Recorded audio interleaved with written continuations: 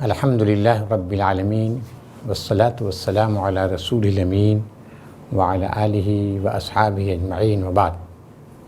بزرگوں اور دوستو، سورہ نساء چل رہی ہے۔ سورہ نساء میں ہم نے پہلے بتایا تھا کہ سورہ نساء کا مرکزی مضمون ہے معاشرے کی تشکیل، اسلامی سماج کیسا ہو، معاشرہ کیسا ہو، ہمارے تعلقات آپس میں کیسے ہوں، عام انسانوں کے ساتھ روابط کیسے ہوں،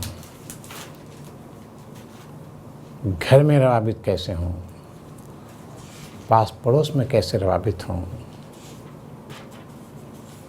اور ان سارے رخنوں کو بند کیا گیا ہے جن سے معاشرے میں فتنے ابھرتے ہیں، معاشرہ تباہ ہوتا ہے۔ اس سے پہلے والے درس میں آپ نے دیکھا تھا کہ تذکرہ منافقین کا چل رہا تھا۔ منافقین کی سب سے بڑی کمزوری یہ بتائی گئی تھی کہ وہ اللہ پر ایمان لانے کا دعویٰ کرتے ہیں، رسول پر ایمان لانے کا دعویٰ کرتے ہیں، مگر اس سب کے باوجود ان کا نہ اللہ پر ایمان ہے نہ رسول پر ایمان ہے۔ وہ خدائی احکام کے ہونے کے باوجود وہ طاغوت کی پیروی کرتے ہیں، یہودی عدالتوں کے سامنے اپنے مقدمات پیش کرتے ہیں۔ اس کی تفصیلات آپ نے دیکھا، آپ کو یاد ہوگا کہ سب پیش کی گئی تھی۔ ابھی یہ تذکرہ چل ہی رہا ہے، آج بھی انہی منافقین کا تذکرہ ہو رہا ہے۔ منافقین کہتے ہیں وَيَقُولُونَ طَاعَةٌ، جب نبی صلی اللہ علیہ وسلم کی مجلس میں آتے ہیں تو کہتے ہیں کہ ہم، کیا ہے ترجمہ کیا انہوں نے؟ ہم مطیع فرمان ہیں۔ ٹھیک ہے، مولانا امین حسن صاحب کا ترجمہ کیا ہے بھائی؟ بس آپ دیکھیے، معرف آپ کے پاس کون سا ترجمہ ہے؟ دیکھیے یہ ترجمہ، کوئی ترجمہ دیکھیں نا، اس میں ہے نا۔ اور اس کو کیوں نہیں پڑھتے آپ؟ تو اس سے کیا ہوا؟ آپ انگریزی جانتے ہیں کہ نہیں؟ اس کو پڑھیے آپ۔ وَيَقُولُونَ طَاعَةٌ، وہ کہتے ہیں، نہیں دیکھیے آپ اس کو پڑھیے، پہلے انگریزی پڑھیے، ترجمہ کیا؟ اچھا آپ نہیں جانتے، ٹھیک ہے ٹھیک ٹھیک۔ تو اچھا چلیے صاحب آپ دیکھیے مولانا، وَيَقُولُونَ طَاعَةٌ، مولانا ترجمہ ہم مطیع فرمان ہیں، ٹھیک۔ اور کہتے ہیں قبول ہے۔ مولانا شفیع صاحب، مفتی شفیع صاحب کا ہے ہم، اور کہتے ہیں ہاں قبول ہے۔ قبول ہے، اچھا طاعت کے معنی قبول، ٹھیک ہے۔ ایک منافق کہتے ہیں کہ ہمارا کام تو مان لینا ہے، ہمارا کام مان لیں، یہ کون ہے؟ تفسیر حقانی۔ اچھا ٹھیک ہے۔ مولانا امین صاحب کا ترجمہ کیا ہے؟ اور یہ کہتے ہیں کہ سر تسلیم خم ہے۔ ہاں، سر تسلیم خم ہے، بس سر تسلیم خم ہے۔ تقریباً سب کا ترجمہ لگ بھگ یکساں ہے، ملتا جلا ترجمہ ہے۔ لفظ طاعت ہے، عربی زبان کے لحاظ سے مصدر ہے۔ اس کا ترجمہ مصدر کا جب آپ کریں گے، ہم سراپا اطاعت ہیں۔ وہ کہتے ہیں ہم سراپا اطاعت ہیں، ہم سراپا فرما برداری ہیں، مطیع فرمان نہیں، ہم سراپا فرما برداری ہیں۔ یہ جب مصدر کا ترجمہ یا مصدر کا استعمال جو ہوتا ہے عربی زبان میں، اس لیے ہوتا ہے کہ بتانا مقصود ہوتا ہے کہ یہ گویا کہ نبی صلی اللہ علیہ وسلم کو اور مسلمانوں کے اطمینان دلانے کے لیے کہ ہم مطیع نہیں بلکہ ہم سراپا اطاعت ہیں، اپنی اطاعت اور فرما برداری کا اظہار کرتے ہیں کہ ہم سراپا اطاعت ہیں، نافرمانی کا جذبہ کہیں سے ہمارے اندر ہے ہی نہیں، یہ اظہار کر رہے ہیں۔ تو معلوم یہ ہے کہ جب مصدر کا استعمال ہوتا ہے تو مصدر کے اندر مبالغہ پیدا ہو جاتا ہے، ہم سراپا اطاعت ہیں۔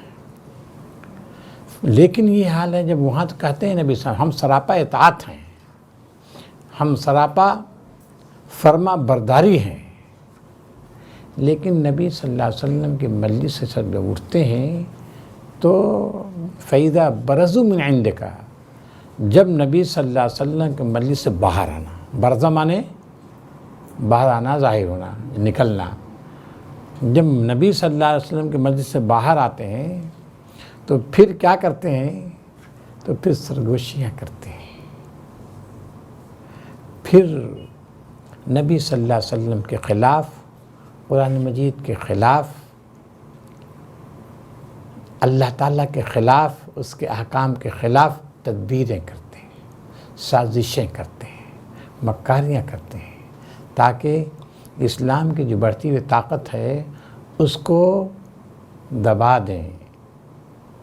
کوشش ان کی یہ ہو رہی ہے کہ مسلمانوں کو کسی طرح ناکام بنا دیں۔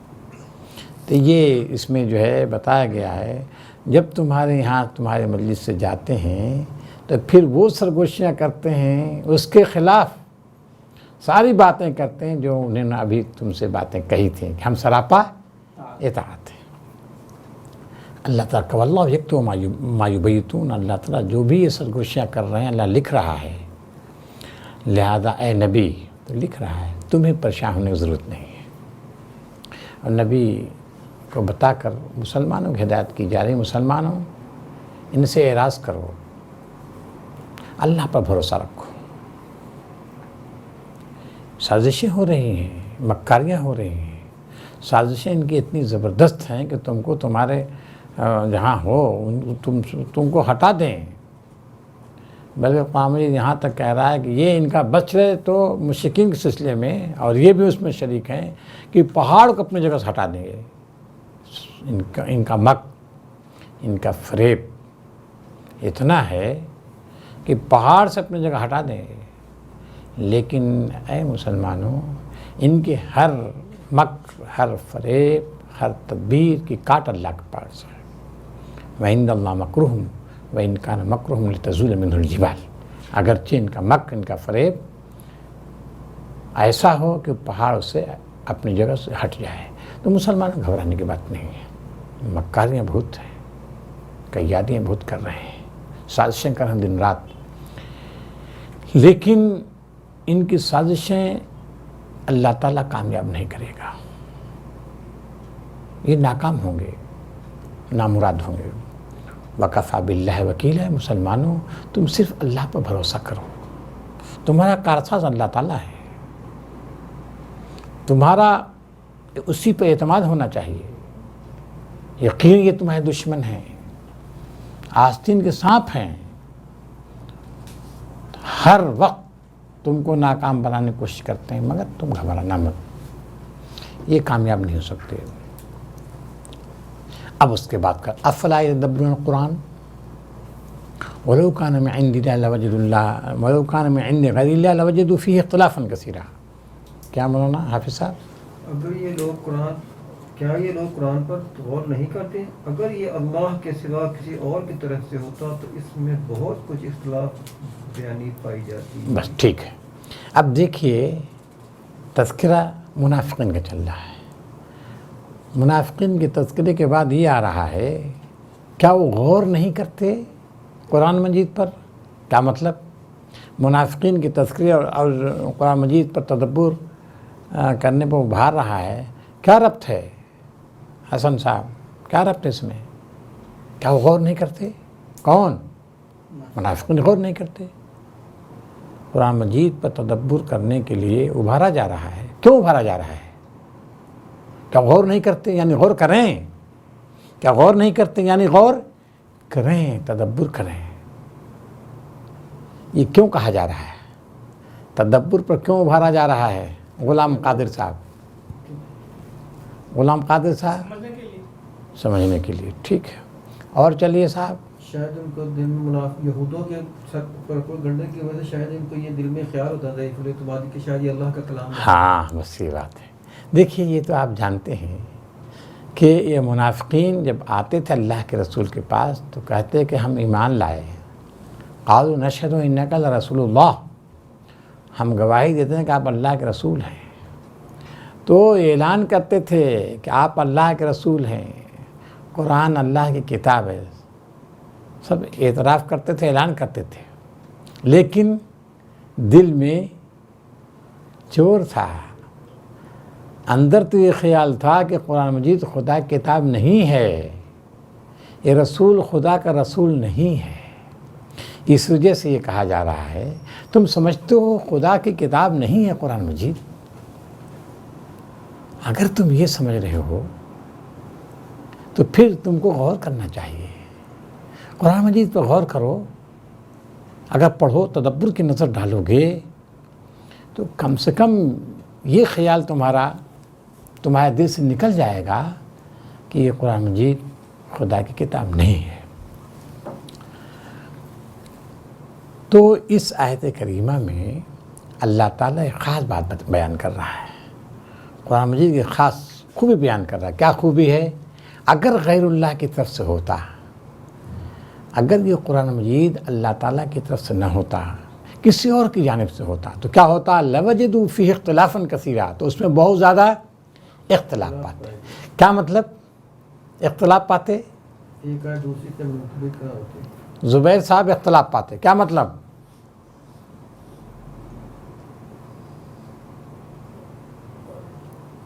حسن صاحب اختلاف پاتے ہو، بہت زیادہ اختلاف پاتے۔ اگر انسانی کلام ہوتا تو اس میں اختلاف ہوتا، ہاں، ربط نہیں ہوتا اس میں۔ ربط نہیں ہوتا، ٹھیک ہے۔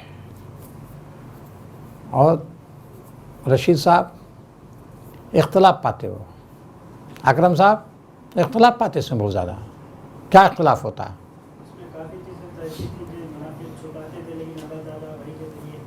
نہیں، منافق کیا چھپاتے تھے؟ وہ اہل کتاب کی بات ہے کہ اب وہ توریت کے احکام چھپاتے تھے، یہ منافقین ہے نا۔ منافقین کو کہا جا رہا ہے کہ وہ غور کیوں نہیں کرتے؟ اگر غور کرتے، قرآن مجید پر غور و فکر کرتے، تدبر کی نظر ڈالتے، تو پھر اس میں اختلاف، اگر خدا کے علاوہ کہیں اور سے قرآن مجید آیا ہوتا تو اس میں اختلاف پاتے۔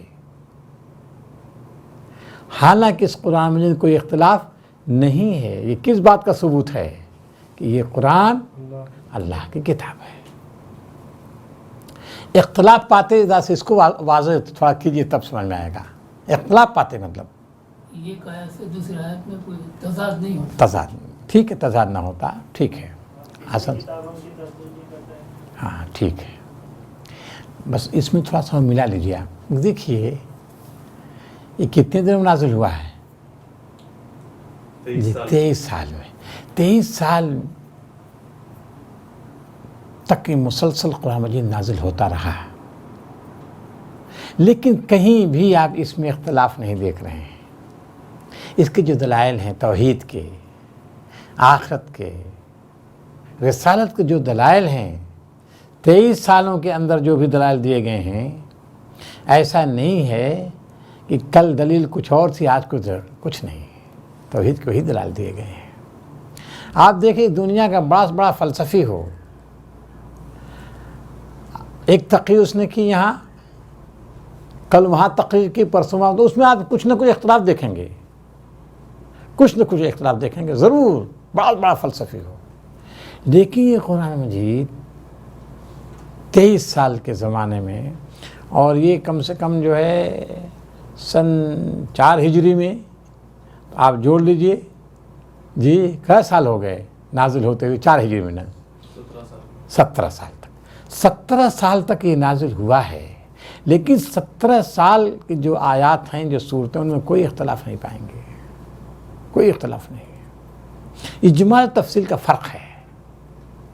حضرت موسیٰ قصے جگہ جگہ بیان ہوئے ہیں، لیکن اس میں کوئی اختلاف نہیں ہے۔ یہ تو ہے کہ ایک جگہ حضرت موسیٰ کی زندگی کا کوئی جو ہے پہلو ہے، دوسری جگہ کوئی پہلو ہے، تضاد نہیں ہے، یکسانیت ہے۔ اور وہ جو کہیں کچھ پہلو چھوڑا گیا ہے، کہیں کچھ بیان کیا گیا، اس لیے تاکہ انسان جو ہے اس سے ایسا نہ ہو کہ ایک ہی قصہ ایک ہی پہلو سے ایک ہی انداز سے بیان کیا جا رہا ہے، تو تھوڑا سا اس کی انسیت کم ہو جائے گی۔ تو وہ اسی بنیاد پر آپ دیکھتے ہیں کہ ایک ہی قصہ ہے، قرآن مجید مختلف مقامات پر بیان ہوا ہے اور مختلف انداز سے بیان ہوا ہے، تاکہ تسلسل پر فرق بھی نہ پڑے، اسی کے ساتھ ساتھ لوگوں کی توجہ بھی اس کی جانب ہے. لوگ ایسا نہ ہو کہ وہ سمجھے ایک طرح سے ہوتا ہے نا, مایوسی ہو جاتی ہے اور اکتاہٹ جس کو بولتے ہیں, آدمی اکتا جاتا ہے. تو آپ دیکھیں حضرت موسیٰ کا قصہ جہاں جہاں بھی ہے ایک نئے اسلوب سے آیا ہے. باتیں وہی ہیں لیکن اسلوب بدلا ہوا ہے, طریقہ بدلا ہوا ہے, استدلال کا انداز بدلا ہوا ہے, باتیں وہی ہیں. تو یہ اس بات کی کھلی دلیل ہے کہ قرآن مجید اللہ تعالیٰ کی طرف سے. ایک آدمی ہے لگاتار بول رہا ہے, باس بار فلسفی ہو, اس کے بیانوں میں تضاد ہوتا ہے, لیکن اس قرآن مجید میں کوئی تضاد نہیں ہے. اس بات کی سب سے بڑی دلیل ہے کہ قرآن مجید اللہ تعالیٰ کی طرف سے ہے. یہ ان کو سمجھنا چاہیے لیکن یہ سمجھ نہیں رہے. قرآن مجید کے جو مضامین ہیں ان پر یہ غور کرتے تو ان کا اس پر ایمان ہوتا. تو ان کو ابھارا جا رہا ہے کہ اب سے بھی تم غور کرو قرآن مجید پر اور منافقت کو ختم کرو. تمہارے زندگی میں جو نفاق ہے اس کو دور کرو. یہ بہت بڑی بیماری ہے, تم کو کہیں نہیں رہنے دے گی. وَإِذَا جَاءَهُمْ أَمْرٌ مِّنَ الْأَمْنِ أَوِ الْخَوْفِ أَذَاعُوا بِهِ. جب ان کے پاس کوئی معاملہ آتا ہے خوف کا یا امن کا تو اس کو جلدی سے پھیلا دیتے ہیں. آپ جانتے ہیں مشرکین کے درمیان مومنین کے درمیان جنگ چل رہی تھی. تو جنگ کے حالات, جب جنگی حالات ہوتے ہیں تو ہر ایک کی بڑی اہمیت ہوتی ہے. ایک ایک بات, ایک ایک قول ناپ تول کا بولنا چاہیے. محاذ جنگ سے جو خبریں آتی تھیں پھٹ سے پھیلاتے تھے. تو کہا جا رہا, اور دونوں آپ جانتے ہیں اچھی خبریں ہیں ان کو بھی اگر پھیلا دیا جائے تو اس کا بھی اثر الٹا ہوتا ہے, اور کچھ بری خبریں ہیں ان کو پھیلا دیا جائے ان کا بھی اثر الٹا ہوتا ہے. تو چاہیے یہ تھا کہ جو ذمہ داران ہیں ان تک خبروں کو لے جاتے اور ذمہ داران جس کو مناسب سمجھتے اس کو پھیلاتے اور جس کو نامناسب سمجھتے اس کو دبا دیتے. کوئی ضروری نہیں ہے کہ ہر خبر کو محاذ جنگ کی ایک ایک خبر کو بیان کیا جائے, کوئی ضروری نہیں. جو بیان کر رہا ہے یہ دیکھیے حکمت کے پہلو سے منافقین یہ لیتے تھے. ارے صاحب اگر کہیں نقصان ہوا مسلمانوں کو وہ پروپیگنڈا کرتے تھے کہ پوچھیے مت. پروپیگنڈا یہ منافقین کس لیے کرتے تھے غلام قادر صاحب؟ تاکہ نیچا کرنے کے لیے اور مسلمانوں کا حوصلہ پست کرنے کے لیے کہ یہ مزمحل ہو جائیں, حوصلہ ختم ہو جائے, میدان جنگ سے بھاگ جائیں. پوری کوشش ان کی ہوتی تھی, اس وجہ سے پھیلاتے تھے. کبھی کبھی ایسا ہوتا تھا کہ بڑی خوشکن خبریں بناتے تھے, خوشکن خبریں, اچھی خبریں. اگر اچھی خبریں بھی پھیلانے لگیں تو اس کا کیا ہوگا, نتیجہ کیا نکلے گا؟ بولیے. خوب خبریں, اچھی خبریں, ارے نہیں بہت جماڑا کچھ نہیں, جنگ نہیں ہونے والے, ارے کچھ نہیں ہونے والا ہے, ارے سب خیریت ہے. یہ سب بھی اطمینان اگر دلا دیا جائے مسلمانوں کو, مجاہدین کو, تو اس سے بھی نقصان ہوگا. احتیاطی تدابیر نہیں اختیار کر پائیں گے, مطمئن ہو جائیں گے اور دشمن حملہ کر دے گا اور زبردست نقصان پہنچا سکتا ہے. اس وجہ سے کہا جا رہا ہے کہ ان کو چاہیے جو بھی خبریں ہوں تو سب سے پہلے کس کے پاس لے جائیں؟ ذمہ دار اول امر کے پاس. جو بھی اول امر ہو. مثال میں دے رہا ہوں غلام قادر صاحب, اگر حکومت ہے, فرض کیجئے کہ شورائی نظام ہے, تو جو جنگ کا جو اگر آپ نے ابھی تک ہمارے چینل کو سبسکرائب نہیں کیا تو بیل کے آئیکن کو کلک کریں تاکہ ہماری نئی ویڈیو آپ کو بر وقت مل سکے.